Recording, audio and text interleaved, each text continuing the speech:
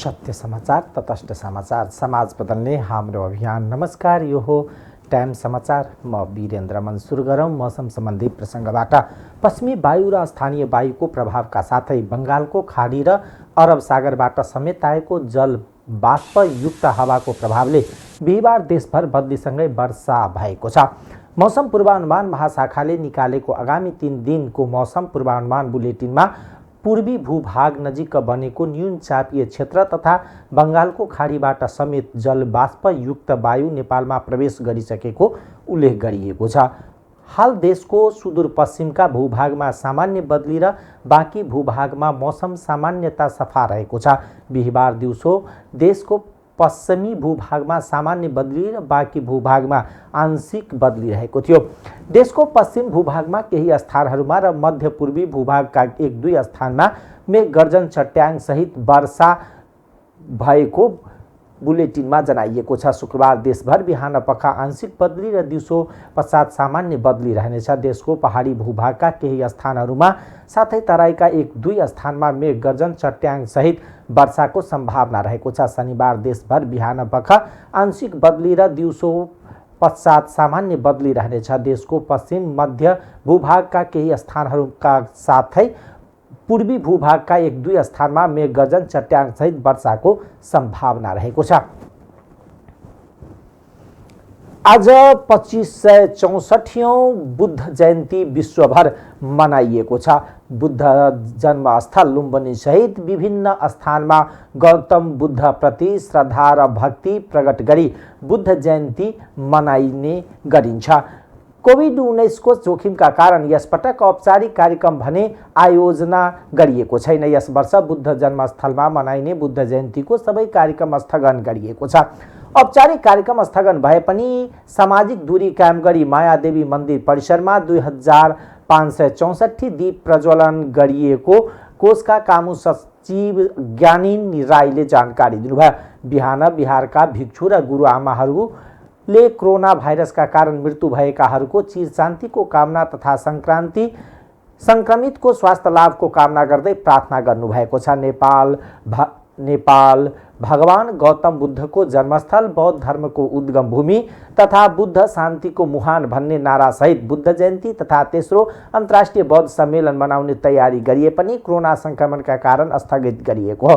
Corona virus संक्रमण नियन्त्रण र रोकथामका लागि गरिएको बन्दाबन्दीले कार्यक्रमको तयारी गर्न नसकिने र जोखिम बढ्ने भएपछि संस्कृति, पर्यटन तथा नागरिक उड्डयन मन्त्रालयको निर्देशनमा विकास कोषले सबै कार्यक्रम स्थगन गरेको हो।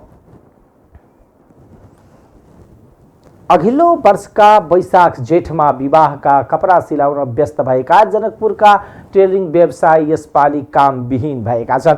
लकडाउन लगायतका कारणले अहिले सानो उद्योगको रूपमा रहेको टेलर व्यवसायी समस्यामा परेका छन्। लकडाउनको कारणले गर्दा समस्या भएको व्यवसायीहरूको कथन छ। वैशाख महिना विवाहको मौसम भएको अवस्थामा अघिल्लो वर्ष यस मौसममा निकै भिड रहने जनकपुरको बजारको टेलर्स व्यवसायीमा भने यस वर्ष समस्या जस्तै देखिएको छ।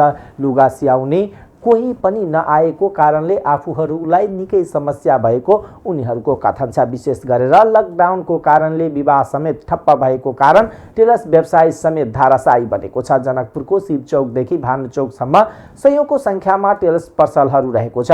जनकपुर बजारको शिवचौकमा टेलरिङ व्यवसायी जैनुल रायनले लगनको महिनामा न त राम्रोसँग खान र सुत्न पाउनुहुन्थ्यो, अझ वैशाख जेठको लगन त झन छोप्नै गाह्रो हुन्थ्यो। बिहाको लुगा सिलाउन आउनेदेखि नयाँ शैक्षिक सत्र सुरु भएसँगै विद्यालय पोसाकको चापले उनीहरूलाई उठी खाऊ र बसी खाऊको अवस्था हुन्थ्यो। उहाँसँगै काम गर्ने टेलरिङका मजदुरको अवस्था पनि उस्तै हुन्थ्यो। काम चल्थ्यो त कमाइ हुन्थ्यो, तर यस वर्ष सुरुकै लगनको महिना उनीहरूको लागि खेर गयो। विद्यालय बन्द रहेकोले शैक्षिक सत्र त केही ढिलो भए पनि सुरु होला, तर वैशाख जेठमा हुने विवाह टरेकोले उनीहरूको आम्दानी लकडाउनले सुक्यो। अब यहाँहरू माघ फागुनमा राम्रो व्यापार चल्यो। चैत महिना जुन 11-12 गतेदेखि लकडाउन सुरु भयो, त्यो बेलादेखि हामीहरू चुपचाप घरमा बसिरहेको थिए। रोजको 25वटा 30वटा प्यान्ट सर्ट आइरहेको थियो। अहिले 1.5 महिना भइसक्यो, अहिलेसम्म एक पिस पनि अर्डर भएको छैन र एउटा पनि ग्राहक पनि पसलमा यो पनि खोज्न आएछन् कि मार्ट साहब कहाँ हो। हामीहरू यो लकडाउनमा सबभन्दा बढी मार हामीहरूको कारिगरमाथि पर्यो। जुन कारिगर बाहिरको बिहारबाट पनि आउँछ, स्थानीय पनि हुन्छ र विराटनगर वीरगञ्ज उता पनि मान्छेहरू आउँछ कारिगरहरू, त्यो पनि आफ्नो लकडाउनको कारणले गर्दा आफ्नो घरमा बसिरहेछ, आफ्नो कारखानामा बसिरहेछ। त्यो पनि हामीहरूको सात मार्कामा परिरहेछ। महिनाको 1.5 लाख रुपियाँ जति खर्च हुन्छ। हामी अहिलेसम्म त्यो ब्याङ्कबाट अब हामीहरू केही कर्ज लिएर काम गरिरहेको थियो, त्यो ब्याङ्कको ब्याज कसरी दिने त्यो पनि हामीहरूको समस्या भइरहेछ। यो सरकारले हामीहरूमाथि के कस्तो व्यवस्था गर्नु पर्यो, हामीहरूमाथि लकडाउनका कारण यो वर्ष वैशाखमा जनकपुरमा वैदिक विवाह निकै कम भएका छन्। अत्यावश्यक मानिएका विवाह बाहेक रोक्न मिल्ने र लगन सारेर गर्न मिल्ने विवाह यो वैशाखमा भएन। यसले झनै समस्या व्यवसायीलाई समस्या भएको छ। जनकपुरमा 125वटा टेलर्स व्यवसायी रहेकोमा सबैमा 10 देखि 15 जनासम्मले काम पाएका छन्। ती मजदुरहरू समेत काम नपाएर बेरोजगार भएको असगर खानले बताउनुभयो। भनेको त अब भर्खरै माघ फागुन बितेको हो, लगनमा त व्यापार गरेको नि। जस्तै पुसमा हामी वर्षमा 3 महिना चाहिँ मान्दैनौँ, त्यसमा व्यापार हुन्छ। चैत हो, एउटा भदौ हो, एउटा चाहिँ के भन्छ यो पुस, 3 महिना मान्दैनौँ। माघ फागुनमा मजाको व्यापार गरेकै हो। जे होस् पसलको भाडा घर खर्च थाल्न चाहिँ पुग्छ। अब मेरो चाहिँ व्यवसाय धेरै त्यस्तो छैन कि म धेरै कमाउँछु, तर घर परिवार मजाले चलाउन सकिरहेको थिएँ। तर यो लकडाउनले गर्दा यहाँ त मलाई खानलाई पनि आपत भइसकेको छ। कोरोना भाइरस लक्षित लकडाउनको प्रत्यक्ष प्रभाव सिलाइ व्यवसायमा परेको हो। व्यवसायीहरूका अनुसार श्रमिकको त बिचल्ली भएको र बजारमा महँगो घर भाडा तिरेर महँगो खाद्यान्न खाएर बसेको उनीहरूको कथन छ। मजदुर मात्र होइन, सञ्चित सम्पत्ति नभएका व्यवसायीले नै दैनिक कारोबार चलाउन कठिन भइरहेको अर्का कपडा व्यवसायी सुनिल अग्रवालको कथन रहेको छ। उहाँले घर भाडा तिर्नुपर्ने व्यवसाय गर्दा लिएको ऋण ब्याज बढ्दै व्यवसायहरूको कथन रहेको छ। अहिले बिएससीको लुगाको समय थियो, कमाउने समय थियो, अहिले बन्द भइसकेको छ लकडाउनको कारणले। त्यो हिसाबले हामीलाई कारिगरलाई पनि मार्का परिरहेछ, हामीहरूको व्यापारमा पनि मार्का परिरहेछ। पुरै के गर्ने त्यसमा? अब कोरोना भाइरसको कारणले सबै ठप परिरहेछ। लस त लसै हो सबै। अनि त्यसमा के थियो, अलिकता मकान टुटेको बेलामा त्यो पनि सब समस्यामा घेरामा पऱ्यो। त्यसले कोरोनाको घेरामा परेको सबै मारामार यही सालमा गइरहेछ पुरै।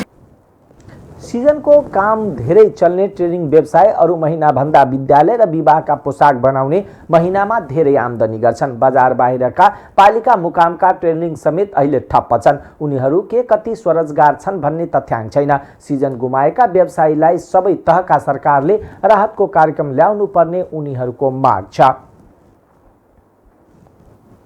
धनुषाको बटेश्वर गाउँपालिकामा दोस्रो चरणको राहत वितरण सुरु भएको छ। फिडा इन्टरनेसनलको आर्थिक सहयोग, आफन्त नेपालको संयोजन र गाउँपालिकाको सहकार्यमा राहत स्वरूप खाद्यान्न वितरण सुरु भएको हो। प्रदेश सभा सदस्य शत्रुधन महतोको प्रमुख आतिथ्यमा वार्ड नम्बर 3बाट बुधबारदेखि सुरु भएको छ। खाद्यान्न वितरणमा गाउँपालिकाका 2500 विपन्न परिवारलाई राहत वितरण गरिने गाउँपालिकाका अध्यक्ष डम्बर बहादुर राउतले जानकारी दिनुभयो। 10 किलो चामल, दाल 1 किलो, नुन 1 किलो, आधा लिटर खाने तेल र एउटा साबुन वितरण थालिएको सहयोगी संस्था आफन्त नेपाल धनुषाका उपाध्यक्ष प्रदीप यादवले बताउनुभयो। राहत वितरणका लागि फिडाले 17 लाख र गाउँपालिकाले 5 लाख रुपियाँ सहयोग गरेको हो। गाउँपालिकाका अध्यक्ष डम्बर बहादुर राउत, उपाध्यक्ष प्रमिला देवी महतो र वार्ड नम्बर 3 का अध्यक्ष हिरालाल महतो लगायत आफन्त नेपाल धनुषाका अधिकारीहरूको सहभागिता थियो।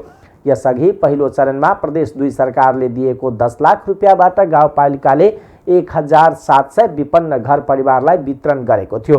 तर केही विपन्न परिवार राहतबाट वञ्चित भएको गुनासोपछि गाउँपालिकाले थप 800 परिवारलाई राहत वितरण गर्न लागेको गाउँपालिकाका अध्यक्ष राउतले बताउनुभयो। महोत्तरीको एक क्वारेन्टाइनबाट 3 जना फरार भएका छन्। महोत्तरीको जलेश्वर नगरपालिका 1 बखरी स्थित रामानन्द विश्वेश्वर महेन्द्र क्याम्पसमा रहेको क्वारेन्टाइनबाट 3 जना बुधबार बिहान फरार भएका हुन्। सोमबार सो क्वारेन्टाइनमा राखिएका 3 जना बुधबार बिहान 5:30 बजे भागेको क्वारेन्टाइन स्थलको जिम्मेवारी पाएका जलेश्वर नगरपालिकाका स्वास्थ्य शाखा अधिकृत सञ्जय कुमार शर्माले जानकारी दिनुभयो। क्वारेन्टाइनबाट भागेकाहरू भारतको सीतामढी निवासी 21 वर्षीय, 30 वर्षीय र 39 वर्षीय पुरुषहरू रहेको शर्माले बताउनुभयो। 24 घण्टा 2 जना सुरक्षाकर्मी र नगर प्रहरीको निगरानीमा रहँदै आएको सो क्वारेन्टाइनबाट सबैलाई छलेर उनीहरू भागेको छ। स्वास्थ्यकर्मीको टोली पनि 6-6 घण्टामा परिवर्तन भइरहन्छ।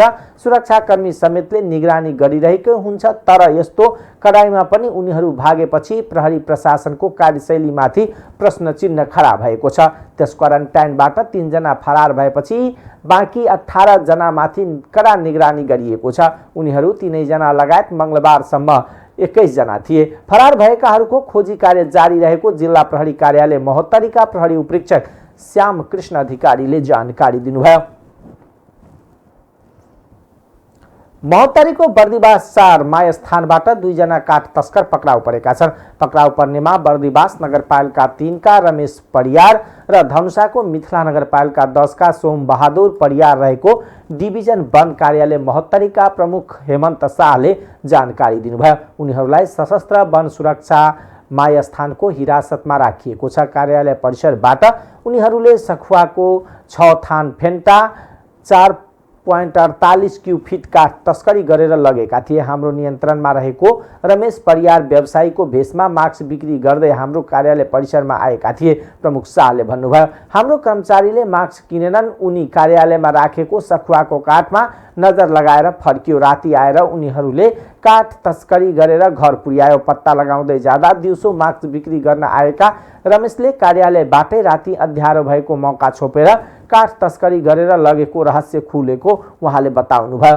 लकडाउनको मौकामा तस्करले वनबाट तस्करी गरे लैजाँदै गरेको काठ वनका कर्मचारीले बरामद गरेर कार्यालयमा कारवाहीका लागि राखेका थिए। सोही काठ फेरि रमेशको समूहले चोरी तस्करी गरेर घर पछाडि घाँसपातले छोपेर लुकाएका थिए। बिक्री गर्न सुरसारमा रहेका उनीहरूलाई काठसहित रेन्जर सन्तोष यादव नेतृत्वको टोलीले चोरिएको काठसहित उनीहरूलाई पक्राउ गरिएको हो। लकडाउन रक्सी र मासु खान मन भयो, तर गोजीमा रुपियाँ नभएपछि उनीहरू काठ चोरी गर्न वन कार्यालय आएका थिए, प्रमुख शाहले भन्नुभयो।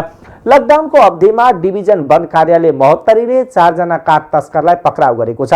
तस्करी गर्न लागेको साल लगायत अन्य जातका 300 क्युफिट काठ बरामद गरेको छ।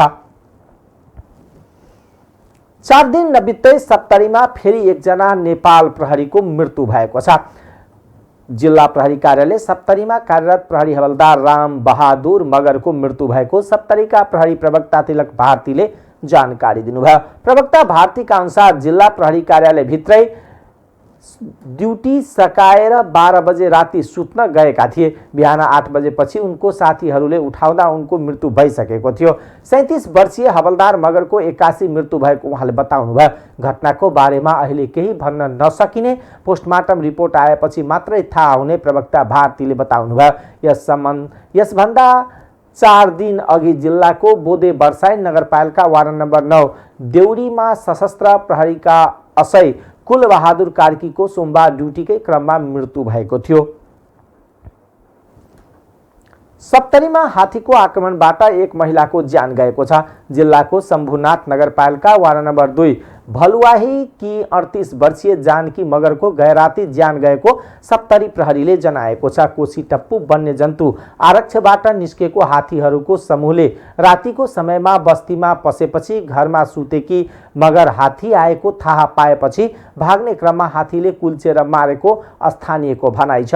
हात्तीको समूहले राति 1 बजे घरभित्र सुतेको समयमा आँगनमा 3वटा हात्ती आएर घर भत्काउन थालेपछि ज्यान जोगाउन भाग्ने क्रममा हात्तीले उनलाई सुडले समातेर टाउको किचेर घाइते बनाएको मृतकका श्रीमान पेशल मगरले बताउनुभयो। हात्ती आक्रमणबाट गम्भीर मगरलाई उपचारका लागि अस्पताल लैजाने क्रममा बाटोमै मृत्यु भएको प्रहरीले जनाएको छ। मृतक मगरको शव पोस्टमार्टमका लागि गजेन्द्र नारायण सिंह अस्पताल राजविराजमा राखिएको जिल्ला प्रहरी कार्यालय सप्तरीले जनाएको छ। मृतक मगरको श्रीमान भागेर ज्यान बचाउन सफल भएका छन्। मृतक मगरको 3 छोरी 1 छोरा रहेका छन्। मृतकका श्रीमान पेशलका भने हात्ती आउने डरले छोराछोरीलाई छिमेकीको घरमा सुतेका कारण उनीहरूको ज्यान बाँचेको उहाँले बताउनुभयो।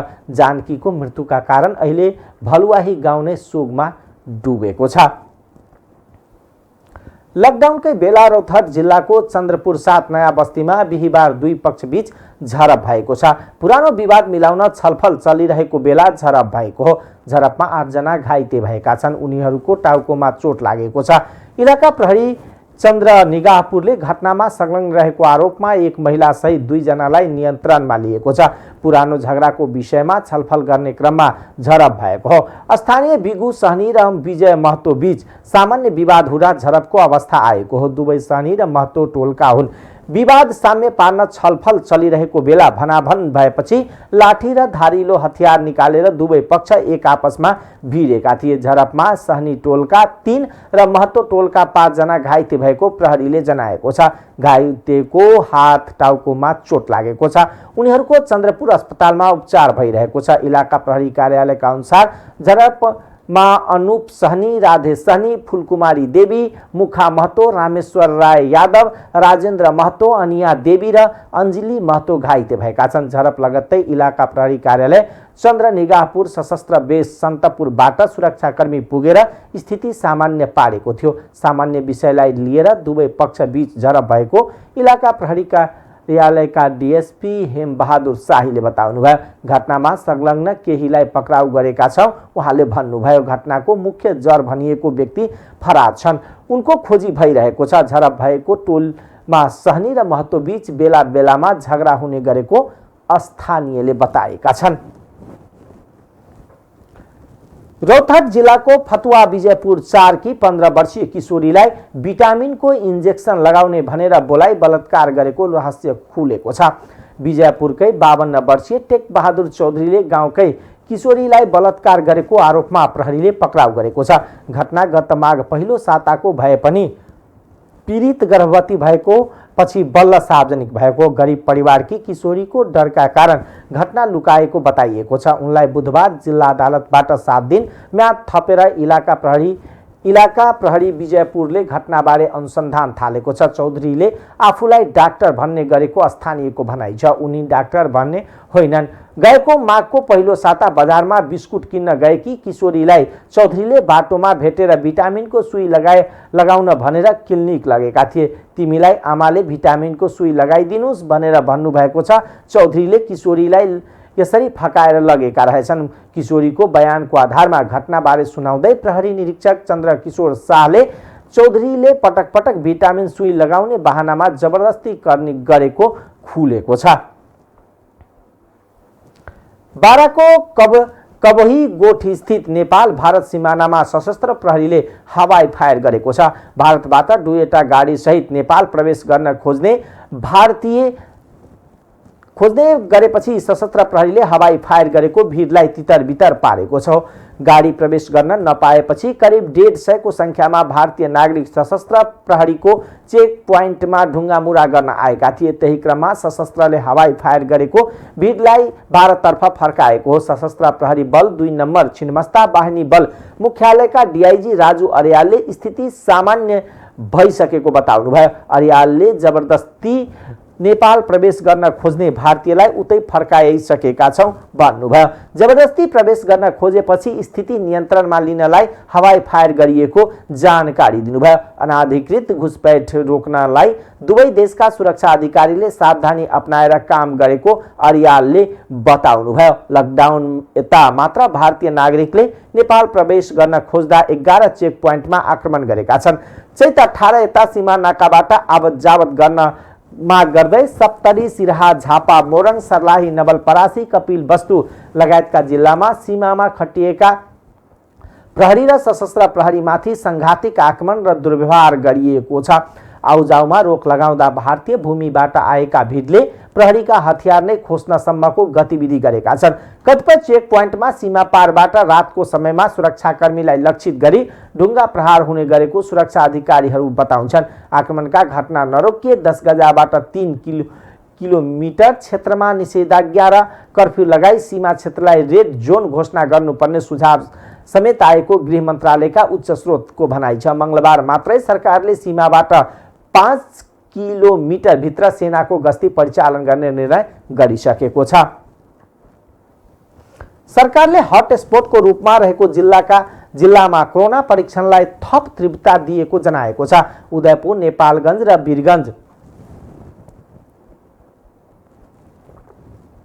वीरगञ्ज कोरोना संक्रमित धेरै भेटिएपछि त्यहाँ परीक्षणलाई तीव्रता दिएको स्वास्थ्य तथा जनसङ्ख्या मन्त्रालयले जनाएको छ। मन्त्रालयका प्रवक्ता डाक्टर विकास देवकोटाले नेपालगञ्ज र वीरगञ्जमा 1,000 गरी 2,000 तथा उदयपुरमा थप 500 जना गरी 2,500 जनाको कोरोना परीक्षण गर्न घाँटीको स्याब सङ्कलन गर्न टोली खटाइएको जानकारी दिनुभयो। उहाँका अनुसार अहिलेसम्म 54,093 जनाको आरडीटी र 14,509 जनाको पीसीआर गरी 68,152 जनाको कोरोना परीक्षण गरिएको छ, जसमध्ये 79 जनामा कोरोना संक्रमणको पुष्टि भएको छ।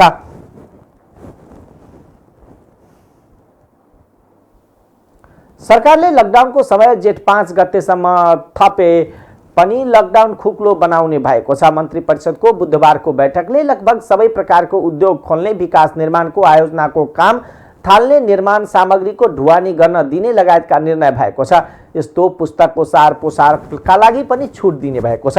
सरकारी कार्यालयहरू पनि 1/3 कर्मचारीको उपस्थितिमा खुल्ने भएका छन्। यस्तै बढीमा 5 जना कामदार रहने गरी गाडी मर्मत गर्ने वर्कसप खोल्न पाइने भएको छ। यस्तै राजमार्ग र सहायक राजमार्ग क्षेत्रमा स्थानीय प्रशासनको अनुमतिमा होटल, रेस्टुरेन्ट खोल्न सकिने निर्णय भएको सरकारका प्रवक्ता एवं अर्थमन्त्री तथा संचार तथा सूचना प्रविधि मन्त्री युवराज खतिवडाले जानकारी दिनुभयो। सकभर 50 किलोमिटरको दूरीमा पेट्रोल पम्प, रेस्टुरेन्ट र वर्कसप खुलाउन भनिएको छ। 2020 को दफा 2 बमोजिम मिति 2077 वैशाख 25 गते बिहिबार मध्यरातसम्मका लागि नेपालभर लागू हुने गरी जारी गरिएको आदेश हाललाई मिति 2077 साल जेठ 5 गते सोमबार मध्यरातिसम्मका लागि नेपालभर लागू हुने गरी निरन्तरता दिने र सोको सूचना नेपाल राजतन्त्रको अतिरिक्ताङ्क गरी प्रकाशित गरिएकोमा हाललाई मिति 2077 जे कार्य गरे गराएमा प्रचलित कानुन बमोजिम कारबाही गर्ने। तेस्रो निर्णय छ विश्वव्यापी महामारीको रूप लिएको कोभिड-19 को संक्रमणको रोकथाम नियन्त्रणका लागि सरकारले संक्रामक रोग ऐन 2020 को दफा 2 बमोजिम जारी गरेको आदेश जनताको जीवन रक्षाको लागि हो। हालसम्म यो आदेश पालना गरी साथ दिनुभएकोमा नेपाल सरकार सम्पूर्ण दिदीबहिनी तथा दाजुभाइहरूलाई हार्दिक धन्यवाद ज्ञापन गर्दछ। साथै मिति 2077 जेष्ठ 5 गते सोमबार मध्यरातसम्मका लागि जारी भएको उक्त आदेश र मिति 2077 जेष्ठ 18 गते आइतबार मध्यरातसम्मका लागि नेपालको अन्तर्राष्ट्रिय सीमानामा रहेका नेपाल प्रवेश गर्ने सबै प्रवेश बिन्दु र खुला सीमानाका जुनसुकै स्थानबाट हुन सक्ने यात्रुहरूको आवागमन स्थगित गर्ने कार्यको पूर्ण पालना गरे गराई सहयोग पुर्याउन हुन नेपाल सरकार सम्पूर्ण दिदीबहिनी दाजुभाइहरूलाई हार्दिक आह्वान। न्यूनतम ब्याङ्किङ तथा वित्तीय सेवालाई सुचारू गर्न केन्द्रीय कोभिड-19 क्राइसिस म्यानेजमेन्ट सेन्टर र प्रदेश स्तरीय कोभिड-19 क्राइसिस म्यानेजमेन्ट सेन्टरसँग आवश्यक समन्वय गरी सम्बन्धित जिल्लाको कोभिड-19 क्राइसिस म्यानेजमेन्ट सेन्टरले संक्रमणको जोखिमको अवस्था मूल्याङ्कन गरी स्वास्थ्य सुरक्षाका मापदण्ड पालना गरी गराई सामाजिक दूरी कायम गरी गराई देहाय बमोजिमका क्रियाकलापहरू सञ्चालन गर्ने गराउने व्यवस्था मिलाउने। कृषि तथा पशुपन्छीजन्य सम्बन्धी व्यवस्था, खाद्यवस्तु र अन्य बाली लगाउने तथा पाकेको बाली भित्र्याउने कार्य, पशुपक्षी पालन, माछा पालन, कुखुरा पालन र बिक्री वितरण, फलफुल तरकारी, दुध र दुग्धजन्य पदार्थको उत्पादन, सङ्कलन, भण्डारण र बिक्री वितरण, होमियोप्याथिक समेतको सञ्चालन, एग्रोभेट र भेटेरिनरी औषधि पसलहरूको सञ्चालन र तन्दी भन्सार बिन्दु र उद्योग प्रतिष्ठानहरूले गर्ने व्यवस्था मिलाई सेवामा प्रयोग हुने ढुवानीका साधनहरू अथवा कृषि उत्पादन र कृषि त्यस्तै खाद्यान्न उत्पादन वा प्रशोधन गर्ने उद्योगहरू, दूध तथा दूध पदार्थ उत्पादन उद्योग, औषधि सर्जिकल उत्पादन, स्वास्थ्य उपकरण तथा सामग्री उत्पादन गर्ने उद्योगहरू, खानेपानी उत्पादन गर्ने उद्योगहरू, इटा उद्योग, पशु पक्षी तथा माछाको दाना र आहार उत्पादन गर्ने उद्योग, खाने तेल तथा घिउ उद्योग, चिनी उद्योग, चिया प्रशोधन उद्योग, एलपी ग्यास उद्योग, पैकेजिङ सामग्री उत्पादन गर्ने उद्योग, कफी उद्योग, पाउरोटी बिस्कुट र कन्फेक्सनरी उद्योग, नुडल्स तथा तयारी चाउचाउ उद्योग, मसला उद्योग, अलैँची र अदुवा प्रशोधन उद्योग, कुखुरा पालन, बाख्रा पालन, बङ्गुर पालन, गाई पालन उद्योग, धान चामल र चिउरा उद्योग, दाल उद्योग, पशु औषधि र कीटनाशक औषधि सम्बन्धी उद्योग, खाने तथा खनिज जन्य उद्योग, बालुवा प्रशोधन तथा क्रसर उद्योग, सिमेन्ट उद्योग, आइरन तथा स्टिल उद्योग, पेन्टिङ रङ्गरोगन उद्योग, जीआई र प्लास्टिक पाइप र फिटिङ्स उद्योग, बिजुलीका केबल तथा विद्युत सामग्रीहरू उत्पादन गर्ने उद्योग, जुस तथा हल्का पेय पदार्थ उद्योग, प्लाइवुड र भेनर उद्योग, विद्युत उत्पादन, विद्युत सामग्री, ट्रान्सफर्मर तथा प्रसारणसँग सम्बन्धित उद्योगहरू जस्ता पाता उद्योग, हेभी मेसनरी, औजार मरम्मत सम्भार, खनिजजन्य उद्योग र खानीहरू, सहमिल काष्ठ उद्योग, अल्मुनियम उद्योग, ग्रिल उद्योग, फोहोर मैला सङ्कलन तथा प्रशोधन उद्योग, ढुवानी तथा कार्गो सेवा उद्योग, मेसिन पाट पूर्जा वर्कसप उद्योग, मोटर ग्यारेज वर्कसप उद्योग, छापाखाना तथा प्रेस सम्बन्धी उद्योग, विशेष आर्थिक क्षेत्रमा सञ्चालित सबै खाले उद्योग तथा औद्योगिक क्षेत्रभित्र रहेका सबै खाले उद्योग रहेका छन्।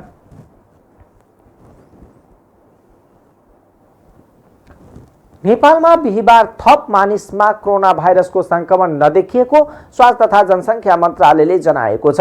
बिहिबार प्रयोगशाला परीक्षण गर्दा थप मानिसमा संक्रमण नभेटिएको मन्त्रालयले जनाएको हो। हालसम्म मुलुकभर पीसीआर विधिबाट 14,509 जनाको कोरोना परीक्षण गरिएको छ। त्यस्तै क्वारेन्टाइनमा 17,372 छन् भने आइसोलेसनमा 133 जना रहेको मन्त्रालयका प्रवक्ता डाक्टर विकास देवकोटाले जानकारी दिनुभयो। नेपाल अमेरिका मेडिकल फाउन्डेसनले राप्ती स्वास्थ्य विज्ञान प्रतिष्ठानका लागि 68,25,200 रुपियाँ सहयोग गरेको छ। प्रतिष्ठानले आइसियु सुधारका लागि फाउन्डेसनले सहयोग गरेको मन्त्रालयका प्रवक्ता डाक्टर देवकोटाले जानकारी दिनुभयो। विधिबाट गरिएका नमुना परीक्षणहरूको सङ्ख्या 14,509 पुगेको छ। त्यसैगरी आरडिटी विधिबाट गरिएका परीक्षणहरूको सङ्ख्या 54,093 पुगेको छ। गत 24 घण्टामा थप 1,451 वटा परीक्षणहरू भएका छन्। प्रादेशिक विवरण आरडिटी प्रविधिबाट गरिएको प्रस्तुत गर्न चाहन्छु। प्रदेश नम्बर 1 मा हालसम्म 6,559, प्रदेश नम्बर 2 मा 5,348, बागमती प्रदेशमा 9,044, गण्डकी प्रदेशमा 6,349, त्यसैगरी प्रदेश नम्बर 5 मा 5,713, कर्णाली प्रदेशमा 6,608 र सुदूर पश्चिम प्रदेशमा 14,472 गरी जम्मा 54,093 वटा आरडिटी परीक्षणहरू सम्पन्न भएका छन्। क्वारेन्टाइनमा बसेका व्यक्तिहरूको अपडेट गराउन चाहन्छु। आजको दिनमा 17,372 जना क्वारेन्टाइनमा रहनुभएको छ। प्रदेश नम्बर 1 मा 1,915, प्रदेश नम्बर 2 मा 1,290, बागमती प्रदेशमा 261, गण्डकी प्रदेशमा 528, प्रदेश नम्बर 5 मा 6,812, कर्णाली प्रदेशमा 3,089 र सुदूरपश्चिम प्रदेशमा 3,477 जना गरी कुल व्यक्ति 17,372 जना क्वारेन्टाइनमा रहनु भएको छ। नेपालमा कोरोना संक्रमित 79 जना मध्ये 22 जना उपचारपछि निको भएका छन्। वैशाख 11 र 14 गते उपचारपछि निको भएर डिस्चार्ज भएका 3 जनामा पुनः परीक्षण गर्दा पोजिटिभ देखिएको थियो। उनीहरूलाई उपचारका लागि अस्पताल भर्ना गरिएको छ। सरकारको आगामी वर्षको नीति तथा कार्यक्रम प्री बजेट छलफलपछि संसदमा प्रस्तुत हुने भएको छ। संसद सचिवालयले जेठ 2 गते सरकारको आगामी वर्षको नीति तथा कार्यक्रम प्रस्तुत गर्ने कार्यसूची सार्वजनिक गरेको छ। प्रतिनिधि सभामा प्री बजेट छलफल वैशाख 28, 29 र 30 गते हुनेछ। राष्ट्रिय सभामा भने 28 र 29 गते मात्रै प्री बजेट छलफल गर्ने गरी तयारी भइरहेको छ। संवैधानिक व्यवस्था अनुसार जेठ 15 गते संयुक्त सदनमा बजेट पेश गर्नुपर्ने र त्यसको 15 दिन पहिला नै प्री बजेट छलफल गरिसक्नुपर्ने हुन्छ। संसद अधिवेशन वैशाख 26 गते 4 बजेका लागि आह्वान गरिएको छ। बैठक अघि संघीय संसदको संयुक्त तथा प्रतिनिधि सभा बैठक कक्ष र राष्ट्रिय सभाको बैठक कक्ष सीट लगायतको समग्र व्यवस्थापनबारे राष्ट्रिय सभा अध्यक्ष गणेश प्रसाद तिमल सिन्हा, उपाध्यक्ष शशिकला दाहाल, कानुन मन्त्री डाक्टर शिवमाया तुबा हम्फे लगायतले अवलोकन गर्नुभएको थियो। राष्ट्रिय सभा अध्यक्ष तिमल सिन्हाले संसद भवनलाई कोरोनाको त्रास र सम्भावित जोखिमबाट जोगाउनको लागि सबै तयारी गरिएको बताउनुभयो।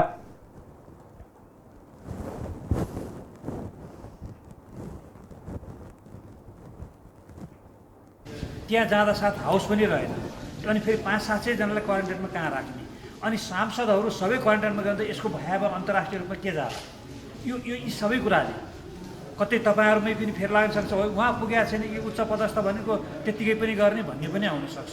तर यो चाहिँ जोखिम र यसले दिने म्यासेज यदि कहीँ दुर्घटना भइहाल्यो, एकजनामा देखियो भने योबाट पर्ने दुर्गामी प्रभावहरू, असरहरू, यो सबै कुरालाई ख्याल गर्दाखेरि के निष्कर्ष निस्क्यो भन्दा सबैको गर्नुपर्छ भन्ने कुराले पनि एक दिन ढिलो भएको छैन, आज गर्छौँ र आजसम्ममा आउनेहरूको भोलि रिपोर्ट आइहाल्छ।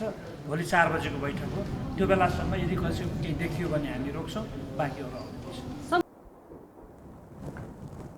बैठकको तयारी अनुसार सांसदहरूलाई आसनबाटै बोल्ने व्यवस्था गरिएको छ भने सिटको दूरी पनि कायम गरिएको छ। बिहिबार नै संघीय सांसदहरूको कोरोना परीक्षण पनि गरिएको छ। नेपालमा कोरोना भाइरसको संक्रमण बढेसँगै सबै क्षेत्रमा सावधानी बढाइएको छ।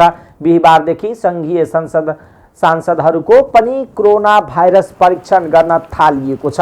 शुक्रबारदेखि संघीय संसद बैठक सुरु हुने भएकोले बुधबारबाट सांसदहरूको पीसीआर विधिबाट कोरोना परीक्षण सुरु गरिएको संसद सचिवालयले जनाएको छ। परीक्षणका लागि सांसदहरूको घाँटीको र्याल नमुना सङ्कलन गरिएको छ। सांसदहरूमा कोरोना भाइरस संक्रमण भए नभएको परीक्षण पीसीआर प्रविधिबाट गरिएको छ। कार्यव्यवस्था परामर्श समितिले पनि संसद भवन छिर्नेहरूको सबैको कोरोना भाइरस परीक्षण सहित स्वास्थ्य परीक्षण गर्ने व्यवस्था गर्न स्वास्थ्य मन्त्रालयलाई आग्रह गरेको थियो। संसद बैठक स्थलमा पनि सांसदहरू बीचको दूरी कायम गरिने गरी व्यवस्था मिलाइएको छ भने सांसद प्रवेश गर्नेहरू अनिवार्य रूपमा मास्क लगाउनु पर्ने र ज्वरो जाँच गराउनु पर्ने व्यवस्था गरिएको छ। संघीय संसदको प्रतिनिधि सभा र राष्ट्रिय सभाको बर्खे अधिवेशन शुक्रबारदेखि नै सुरु हुँदैछ। यो अधिवेशनमा सरकारको नीति तथा कार्यक्रम र बजेट छलफल र पारित हुनेछ।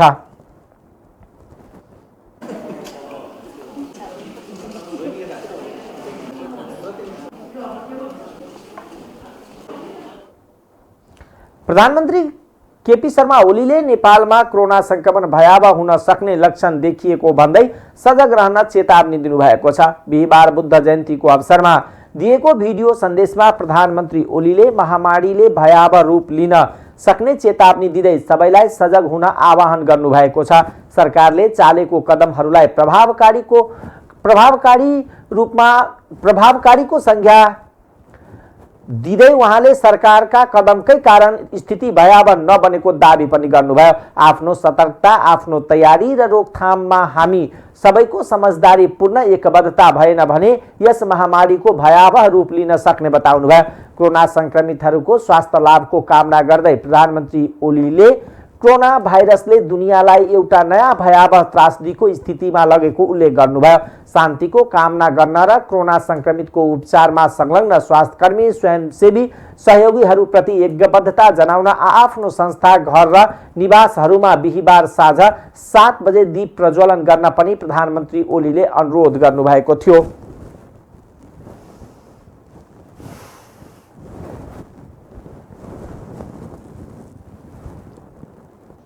दुनियाँलाई एउटा नयाँ भयावह त्रासदीको स्थितिमा पुर्याएको छ।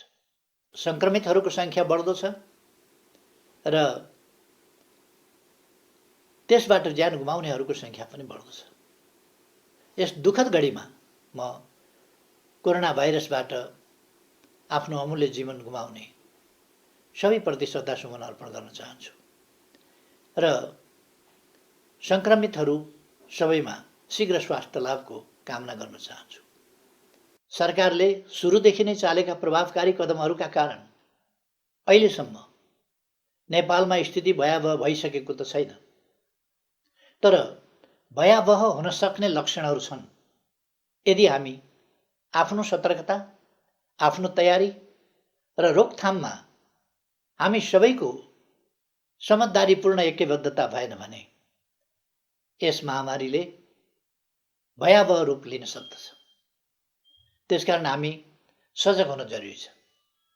यस घडीमा म गौतम बुद्धको स्मृति र सम्मानमा उहाँका शान्तिका सन्देशहरू हामी सबै मिलेर सम्प्रेषण गरौँ भन्ने आग्रहका साथ दिवंगतहरूप्रति श्रद्धासुमन अर्पण गर्न, घाइतेहरूको शीघ्र स्वास्थ्य लाभको कामना गर्न, उपचारमा संलग्न स्वास्थ्यकर्मीहरू, स्वयंसेवीहरू र यस कार्यमा सहयोगी हात बढाउने सबैप्रति यज्ञबद्धता जनाउन आजको दिन साँझ 7 बजे आफ्ना संस्थाहरू र आफ्ना घरहरू, निवासहरूमा दीप प्रज्वलन गर्न र शान्तिको कामना गर्न 7 बजे दीप प्रज्वलनका लागि म सबै दिदीबहिनी तथा दाजुभाइहरूमा हार्दिक आग्रह र अनुरोध गर्दछु। प्रधानमन्त्री ओलीले रोल्पामा बम विस्फोटमा ज्यान गुमाएका बालबालिकाप्रति श्रद्धासुमन अर्पण गर्दै घाइतेहरूको शीघ्र स्वास्थ्य लाभको कामना पनि गर्नुभएको छ। नेपाल कम्युनिस्ट पार्टी नेकपाका अध्यक्ष पुष्पकमल दाहाल प्रचण्डले 1-2 दिन भित्रै पार्टीको थाई कमिटी बैठक बस्ने बताउनु भएको छ। बिहिबार संघीय संसद भवन नयाँ बानेश्वरमा सञ्चारकर्मीसँग कुरा गर्दै प्रचण्डले पार्टीभित्र कुनै समस्या नरहेको भन्दै केही दिनभित्र बैठक बस्ने बताउनुभयो। उहाँले आन्तरिक गृह कार्य नपुगेकोले बैठक स्थगित गरिएको बताउनुभयो। फरक प्रसङ्गमा उहाँले संसद बैठकको सम्पूर्ण तयारी रहेको आफूले पाएको बताउनुभयो। प्रचण्डले बैठकका लागि सिट समेत मिलाइएको पाइएको जानकारी दिनुभयो। निरीक्षण गरेँ, उहाँहरूको ब्रिफिङ पनि सुने। पहिला जे सोच्नु भएको थियो त्योभन्दा अहिले पछिल्लो तयारी निकै राम्रो मैले देखेँ। पहिला 1 सिट छोडेर बस्ने भन्ने थियो, अहिले 2 सिट छोडेर बस्ने, प्रधानमन्त्रीजीको लागि 2टा रो नै छोड्ने र माथि पनि प्रयोग गर्ने जो बनाउनु भएको छ र सेनिटाइजिङ गर्ने पनि सबै प्रक्रिया पनि राम्रैसँग सम्पन्न भएको र ढुक्कसँग बैठक बस्न सक्ने वातावरण बनेको मैले महसुस गरेँ। अध्यक्ष जस्तो अब हाम्रो आज स्थायी कमिटी बैठक बस्ने थियो, अलिक के मिलेन, यो के चुरो कुरा के नमिला चाहिँ? अब अलिक गृह कार्य नपुगेकै हो मुख्य रूपमा, त्यसकारण 2टा अध्यक्षले 1-2 दिनभित्र हामी बोलाउँछौँ है। संसद भवन बानेश्वरमा उहाँले कोरोना परीक्षण पनि गराउनु भएको थियो भने संसद भवनको निरीक्षण पनि गर्नुभएको थियो।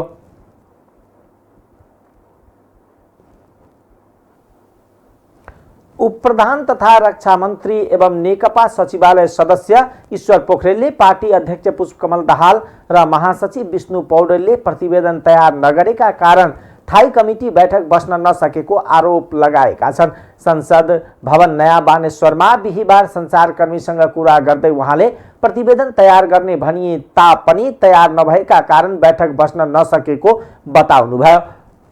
त्यस्तै उहाँले बुधबारको सचिवालय बैठकमा विवाद भएर प्रधानमन्त्री हिँड्नु भएको कुरा गलत भएको दाबी गर्नुभयो। प्रधानमन्त्रीको व्यस्तताका कारण प्रधानमन्त्री बैठकबाट हिँड्नु भएको तर्क गर्नुभयो। त्यस्तै पोखरेलले पार्टीभित्रको विवाद छिट्टै हल हुने विश्वास व्यक्त गर्नुभयो।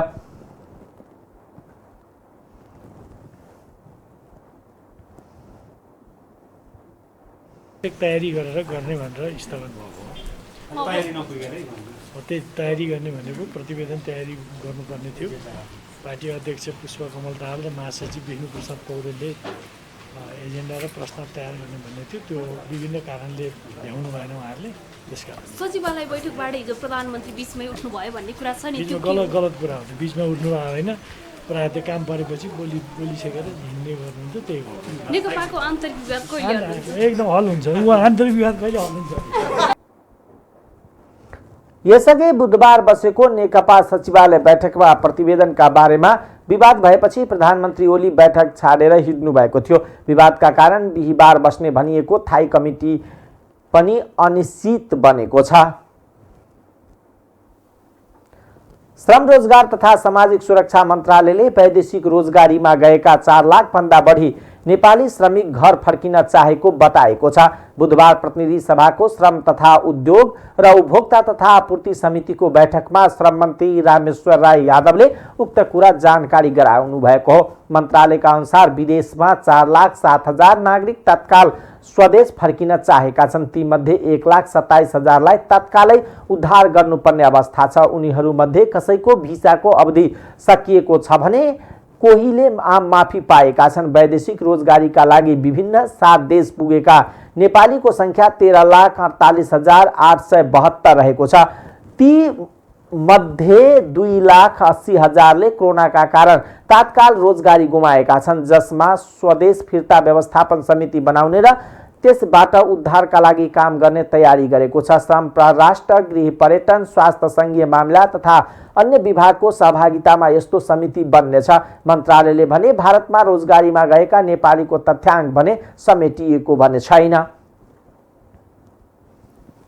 अब आर्थिक समाचार।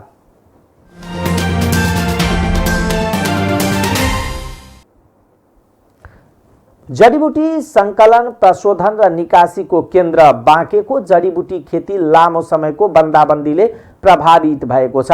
सरकारले प्राथमिकतामा राखेका मध्ये 12 प्रजातिका र नेपालको आर्थिक विकासका लागि अन्य 30 प्रजातिका जडीबुटी यहाँ व्यावसायिक रूपमा खेती गर्ने गरिएको छ। प्राथमिकतायुक्त प्रजातका जडीबुटीलाई प्रविधि विकासका माध्यमबाट व्यावसायिक खेतीका लागि सिफारिस गरिएको हो भने सरकारले सिफारिस गरेकै आधारमा औषधीय वा रोग निदान गर्न सक्ने गुण भएका वनस्पतिहरू नै जडीबुटी हुन्। तर लामो समयको बन्दाबन्दीले जडीबुटी खेतीमा परेको प्रभावका परिणाम दूरगामी हुन सक्ने स्थिति देखिएको छ। वनस्पति उद्यान केन्द्र बाँकेका प्रमुख सुनिल कुमार आचार्यको भनाइ छ। बाँकेका जडीबुटी खेतीका लागि प्रस्तावित क्षेत्र तोकिएको छ। खेतका लागि तोकिएका क्षेत्रको आसपास पाइने रैथाने प्रजातिका जडीबुटीलाई प्राथमिकतामा राख्नुपर्ने मापदण्ड पनि तोकिएको छ। खेतीका लागि बाह्य तथा नयाँ प्रजाति छनौट गर्दा वैज्ञानिक प्रविधिबाट विस्तृत अध्ययन गरिँदै आएको केन्द्र प्रमुख आचार्यले बताउनुभयो। बाँकेमा वन क्षेत्र बढी भएकोले व्यावसायिक जडीबुटी खेतीको प्रशस्त सम्भावना छ। जडीबुटीमा संलग्न हुन चाहने कृषकले स्पष्ट रूपमा व्यावसायिक योजना बनाउनुपर्छ। उत्पादित जडीबुटी लामो समय भण्डारण र प्रयोग गर्न सकिने भएकोले बजारको माग अनुसार उत्पादन गर्नुपर्ने केन्द्र प्रमुख आचार्यको सुझाव छ। जिल्लामा हाल कोरिलो, अमला, मेन्था लगायतका प्रजातिका जडीबुटी खेती बढी हुने गरिएको छ। सरकारले लोपोन्मुख वनस्पति जडीबुटीको संरक्षण, इन्थोन, बोटा निकाल अध्ययन, वनस्पति संरक्षण र संवर्धन तथा वनस्पतिको रासायनिक गुणको प्रतिफल स्थानीय स्तरमा पुर्याउने उद्देश्यले नेपालगञ्जमा वनस्पति अनुसन्धान केन्द्र स्थापना गरेको हो। केन्द्रले बाँकेमा जडीबुटी खेतीको संरक्षण र संवर्धन, जडीबुटीको विकास, वनस्पति संरक्षण एवं उद्गम विकास, वनस्पति अध्ययन अनुसन्धान तथा बजारीकरण सम्बन्धी कार्ययोजना अनुसार आफ्नो भूमिकालाई अघि बढाएको छ। जिल्लाको ढकेरी स्थित वनस्पति उद्यानमा वनस्पतीय जडीबुटीको बिरुवा उत्पादन र बिक्री वितरण तथा वैज्ञानिक अनुसन्धान समेत हुने गरेको छ। त्यहाँ हुर्काइएका जडीबुटीका बिरुवा पश्चिम क्षेत्रका जिल्ला किसानलाई केन्द्रले उपलब्ध गराउँदै आएको छ। त्यसैगरी बाँके लगायत पश्चिम क्षेत्रका अन्य जिल्लामा उत्पादित जडीबुटीको सङ्कलन बिक्री नेपालगञ्ज स्थित जडीबुटी व्यावसायिक सङ्घमा आबद्ध व्यवसायीले गर्दै आएका छन्। सङ्घले सङ्कलन गरेको जडीबुटी भारत र तेस्रो मुलुकमा निकासी हुने गरेकोमा लामो समयको बन्दाबन्दीले यसको निकासी अहिले ठप्प भएको सङ्घका अध्यक्ष मोहम्मद याकुब अन्सारीले बताउनुभयो। भारतको उत्तर प्रदेश सरकारले नेपालबाट निकासी हुने जडीबुटीमा लगाएको ट्रान्जिट पर्मिटको व्यवस्था लामो समयपछि केही शर्तसहित हटाएपछि सुरु भएको निकासी कोभिड-19 का कारण प्रभावित भएको बन्दाबन्दीले रोक्न पुगेको हो। अब अन्तर्राष्ट्रिय समाचार।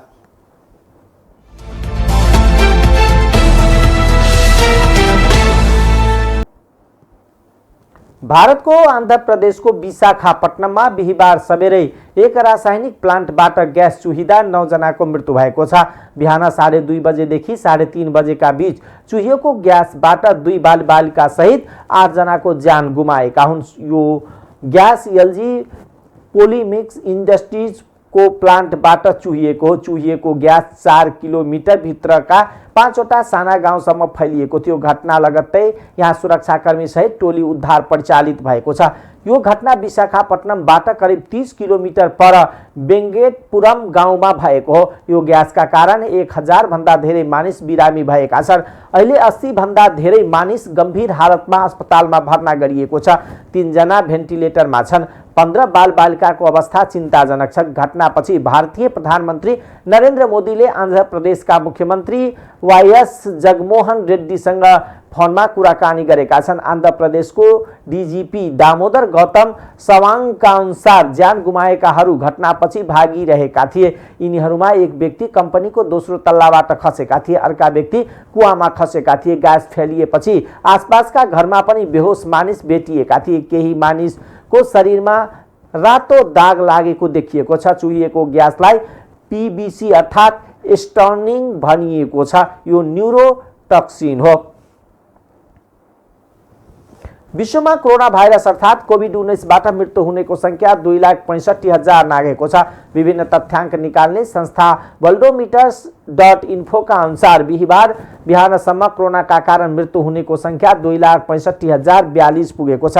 विश्वभर अहिलेसम्म 38,21,000 भन्दा बढी कोरोना संक्रमित भएका छन्। महामारीको रूपमा लिएको कोरोना संक्रमणबाट विश्वभर अहिलेसम्म जति मानिसको ज्यान गएको छ सोभन्दा बढी 4 गुणा बढी मानिस उपचारपछि निको भएका छन्। संक्रमित मध्ये 22,79,361 भने उपचारपछि घर फर्किएका छन्। यो निको हुनेको संख्या जान गुमाउनेको संख्या भन्दा 4.90 गुणा बढी हो। पछिल्लो 24 घण्टामा मात्र विश्वभर कोरोनाबाट 6,811 जनाले ज्यान गुमाएका छन् भने 95,000 भन्दा बढी नयाँ कोरोना संक्रमित थपिएका छन्। विश्वभर अहिले 22,57,000 बढीमा कोरोना भाइरस देखिएको छ। तीमध्ये 48,228 जनाको अवस्था भने गम्भीर रहेको छ। कोरोनाको उद्गम स्थल चीन भए तापनि कोरोना संक्रमणबाट सबैभन्दा बढी मृत्यु हुनेमा अमेरिका पर्छ। अहिलेसम्म अमेरिकामा 74,779 जनाको मृत्यु भइसकेको छ।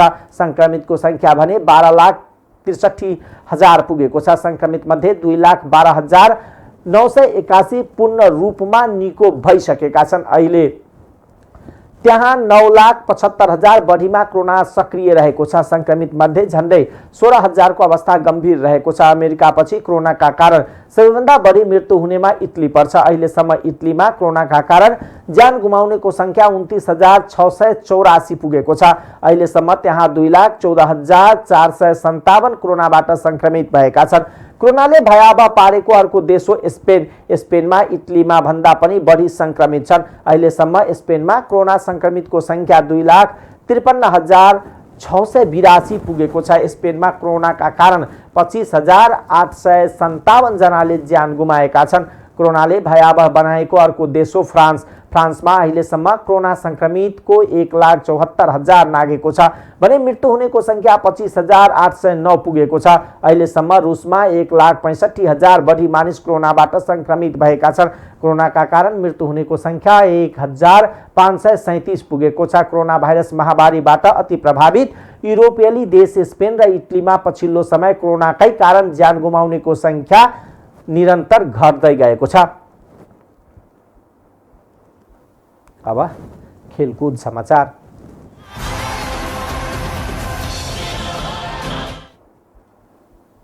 युरोपको प्रतिष्ठित फुटबल लिग बुन्डेसलिगा यसै महिनाबाट सुचारू हुन जर्मन चान्सलर एङ्गेला मार्कलले बताएकी छिन्। कोरोना भाइरस कोभिड-19 को प्रकोपसँगै यस लिग खेल अनिश्चितकालका लागि स्थगित भएको थियो। कोरोना प्रकोपपछि युरोपमा सुरु हुन लागेको बुन्डेसलिगा पहिलेको लिग खेल हो। स्पेन ला लिगामा भने जुन महिनाबाट सुरु हुने घोषणा भएको छ।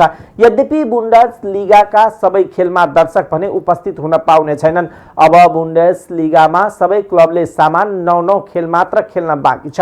हालसम्मको अङ्क तालिका अनुसार वारियन्स म्युनिख लिगमा शीर्ष स्थानमा छ। वारियन्सले 55 अङ्क छ भने दोस्रो स्थानमा बोरुसिया डर्टमुन्डको 51 अङ्क छ। तेस्रो स्थानमा आरबी लेप्जिगको 50 अङ्क छ। पछिल्लो समय जर्मनीमा कोरोना प्रभाव घट्दो छ। जर्मनीमा हालसम्म 1,68,162 व्यक्तिमा कोरोना संक्रमण पुष्टि भएको छ। तीमध्ये 7,275 को मृत्यु भइसकेको छ भने 1,39,900 उपचारपछि स्वस्थ बनेका छन्। टाइम्स समाचार अहिलेको लागि यति नै। हेर्दै गर्नुहोला टाइम्स टेलिभिजन। नमस्कार।